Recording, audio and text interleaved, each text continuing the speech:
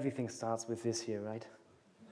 So I remember, as if it were yesterday, that I unwrapped my first brand new deck of cards.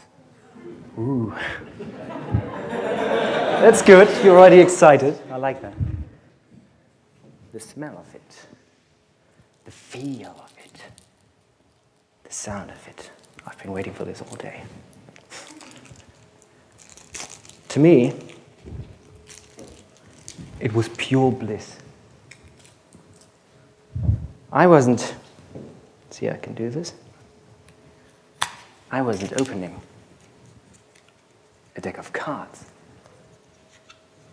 I was opening a portal to another world.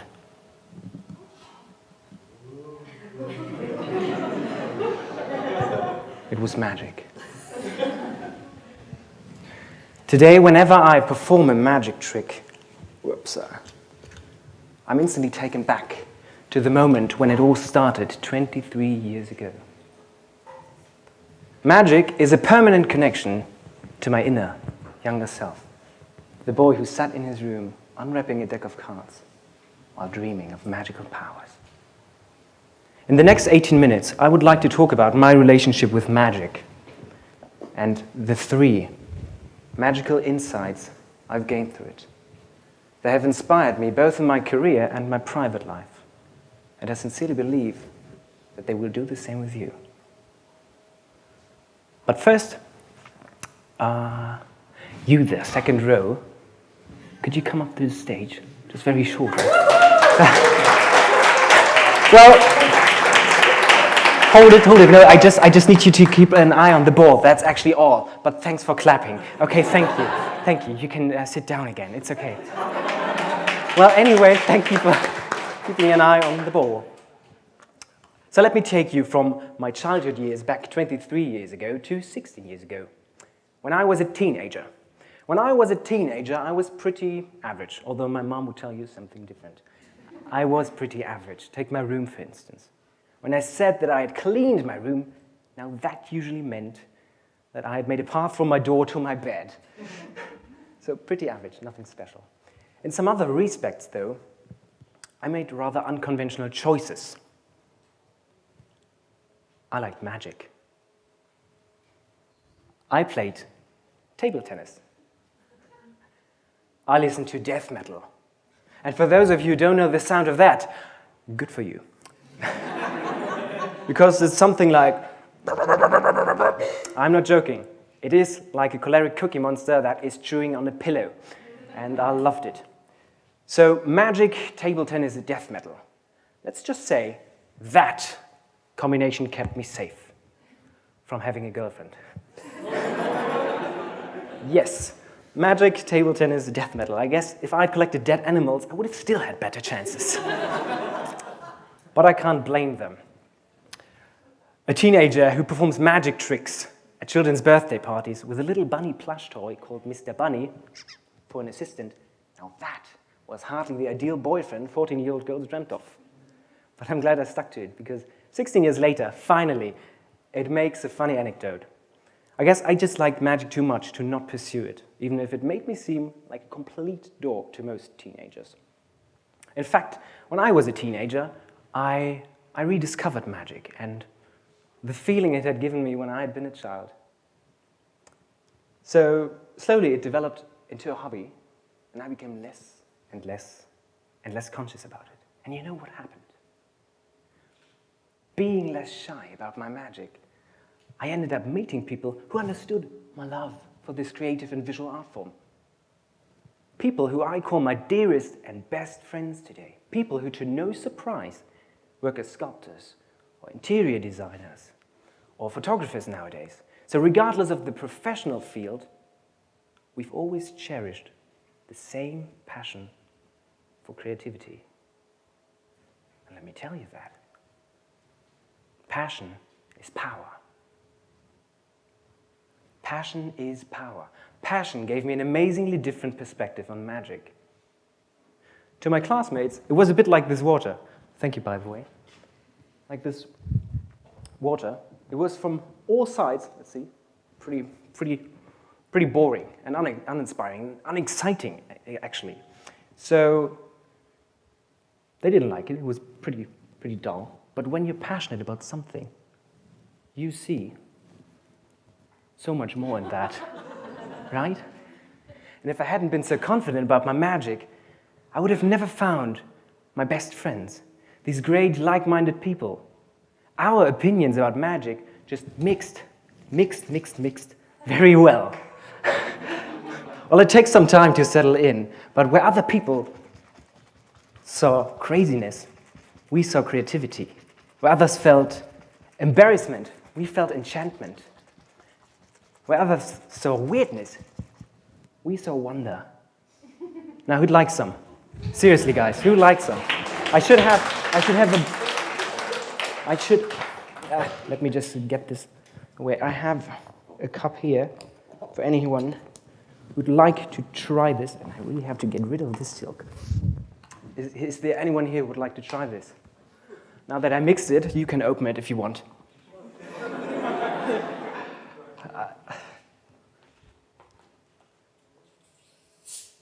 You know what? Keep it. You can keep it. You guys can check it out later. So passion is power. And being passionate about something can rarely be wrong. Unless you're passionate about getting a tattoo while you're completely drunk. Don't do that. Just don't. It's real, isn't it? I can smell it. It smells good. That's how you do it. Yeah, so passion is power, and it is amazing where it can take you if you're truly passionate about something. Even today is a pretty good example for that, isn't it?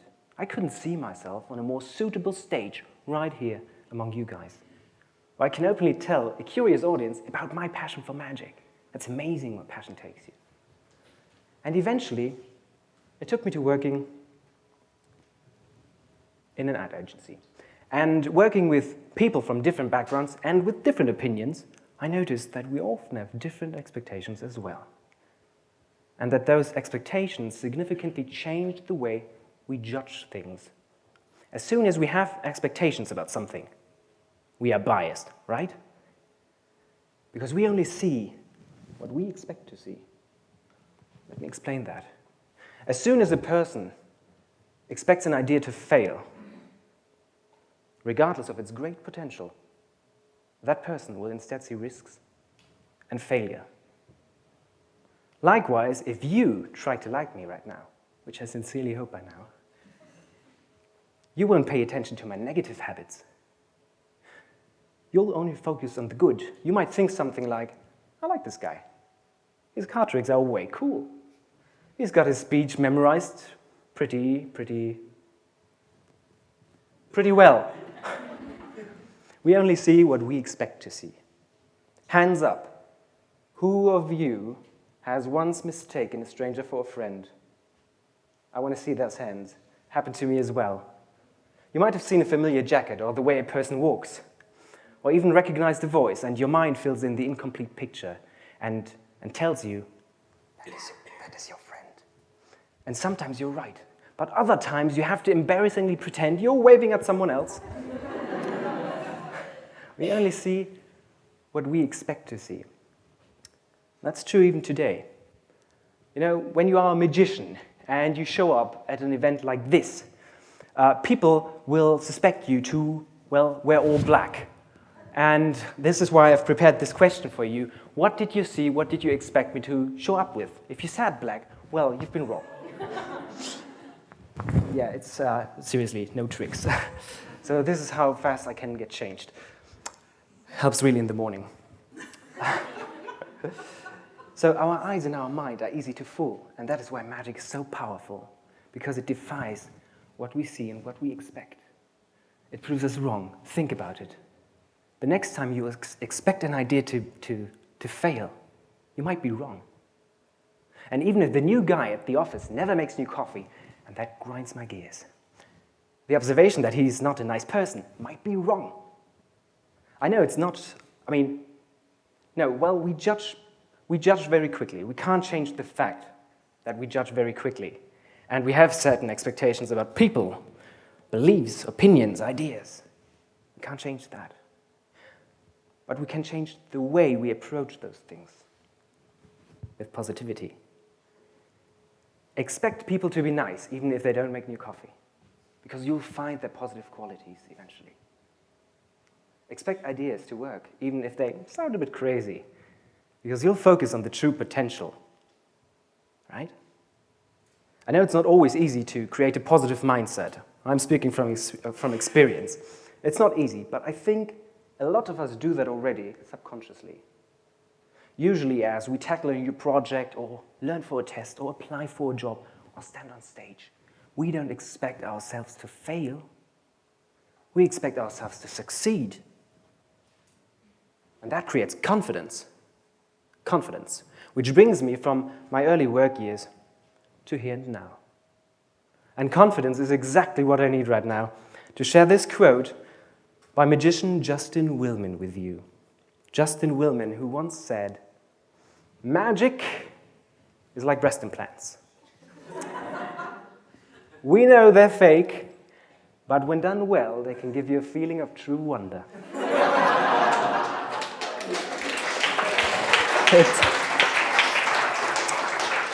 Yeah, I wish it was my quote.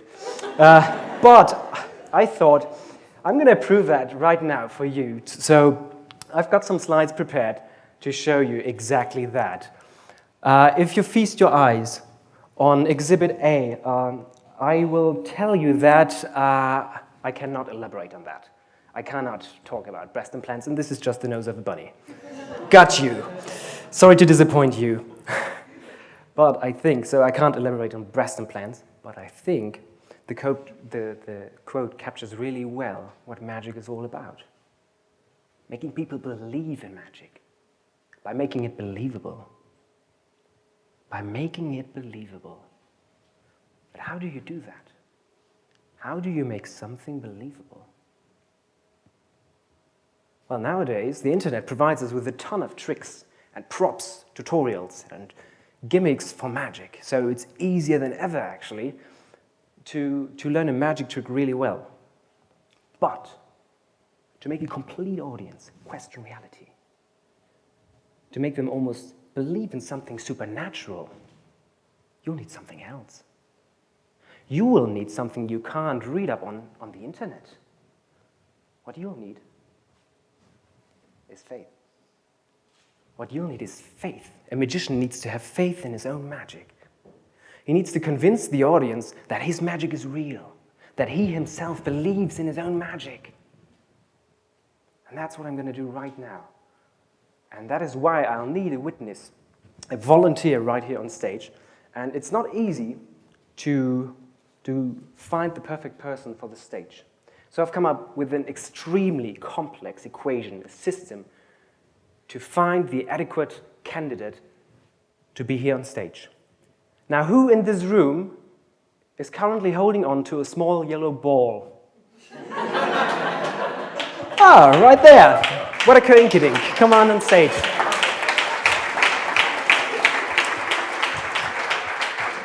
Okay. What is your name? Lucy. Lucy. Hi, Lucy. I'm Benny. Hi. So we haven't met before. No. And in a few minutes, you'll wish it would have stayed that way. So let me just, because I love card tricks, I'm going to do a card trick with you. And just like any other card trick, it starts with having the spectator choose a card and making a bad joke about that. So Lucy, please, choose a card, any card you'd like.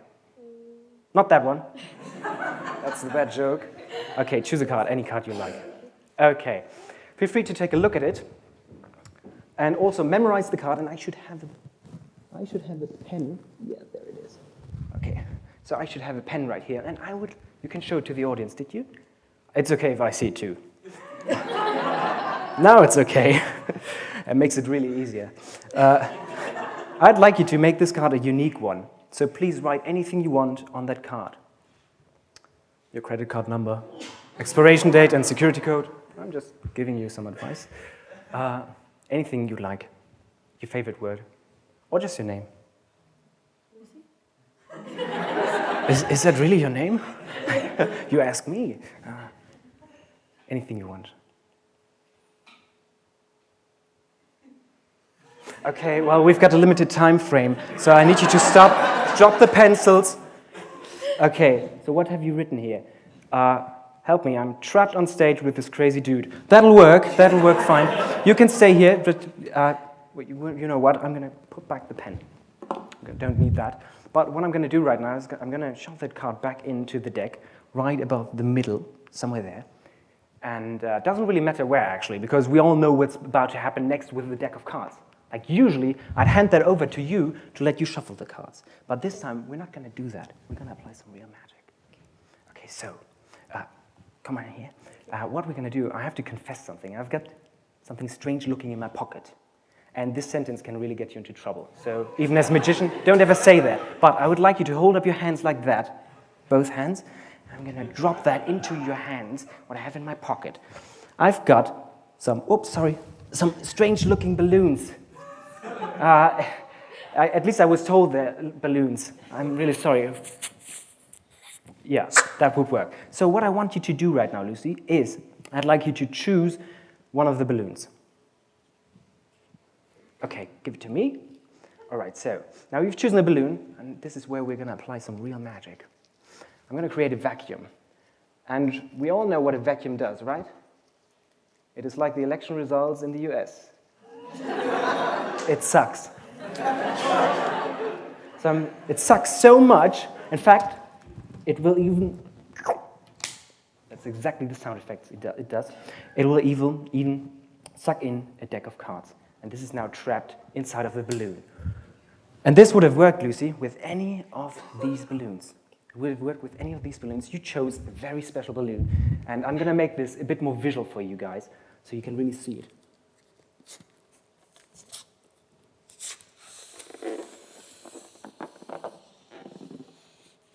And now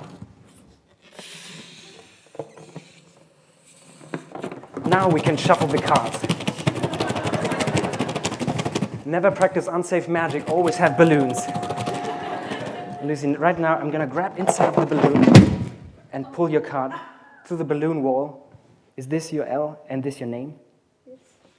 Feel free to keep it, and this as a proof for some real magic. Sorry, I don't have any balloon animals. Thank you, Lucy.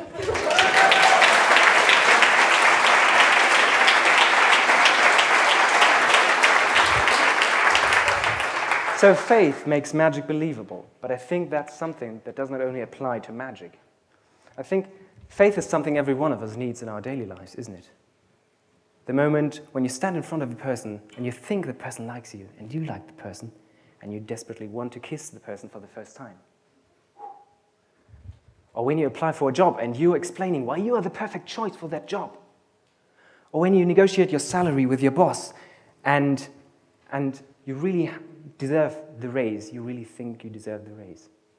Or when you stand on stage and you give a talk about one of your most favorite hobbies, whatever magic you do, you've got to believe in it. You've got to believe in it to make others believe in it. So what have I learned through magic? Passion, positivity, faith. Or as I like to call it, the short form. It's very easy to memorize, magic formula. But I think obviously you don't have to be a magician to discover the values that are dear to you. I think every one of us has his or her own trigger which touches, moves, inspires our inner self. A hobby made me a creative because I love to entertain. A certain event might have made you pursue a scientific career because your inner self is curious. An inspiring person might have made you become a photojournalist because you love to explore. It is about listening. Listening to our true inner self and the dreams, the wishes, the aspiration it voices. Something we often neglect in our daily lives, but it can actually enrich it. Because that voice can take us to places where we can be authentic. Places where we can be happy and successful just being ourselves. Magical places. Thank you very much.